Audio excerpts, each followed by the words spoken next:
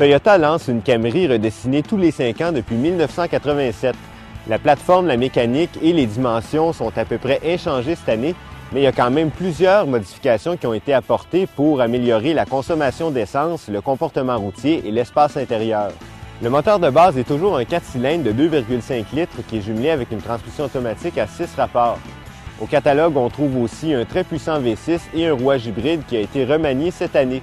En collaboration avec l'APA, nous avons testé une Camry SE à 4 cylindres munie du groupe cuir avec panneau de toit transparent. En bon français, on parle d'un toit ouvrant.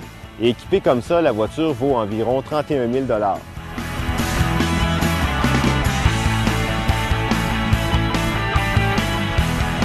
Comme d'habitude, la carrosserie redessinée n'a rien de révolutionnaire, mais c'est un style sobre qui va assurément bien vieillir et les grandes fenêtres qui viennent avec assurent une visibilité satisfaisante dans toutes les directions.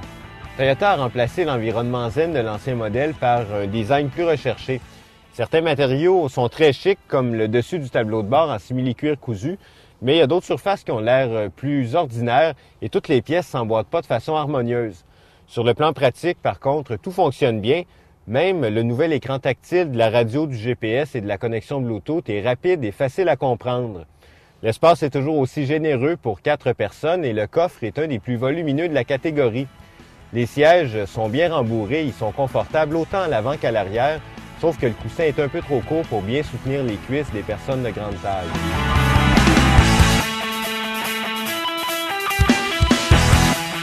Le 4 cylindres est tellement bien adapté à l'auto qu'on se demande qui pourrait bien avoir besoin du V6 optionnel. Il est performant, doux et silencieux, en plus de consommer très peu d'essence pour la catégorie. La transmission douce passe bien les rapports, elle exploite bien la puissance et elle a la qualité de se faire oublier, bref, c'est tout ce qu'on lui demande. La Camry n'a jamais été une voiture sportive et c'est pas cette année que ça va commencer. La direction reste trop vague et trop légère pour offrir un bon feedback dans les courbes, même dans la version SE. Par contre, Toyota a raffermi la suspension pour diminuer les mouvements de caisse et ça marche très bien. Le roulis est bien maîtrisé dans les courbes et on sent plus le train arrière bondir sur chaussée bosselée comme c'était le cas avant.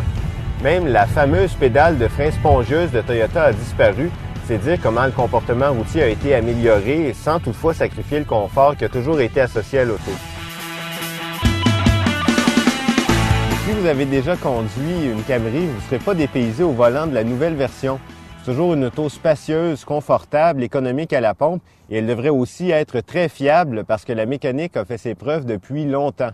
Si vous êtes comme nous, vous allez sûrement aussi apprécier l'amélioration notable du comportement routier, surtout dans la version SE parce qu'elle a des réglages plus fermes que les autres. Faut simplement pas vous attendre à une voiture passionnante à conduire parce qu'encore une fois, la Camry laisse ça à d'autres voitures.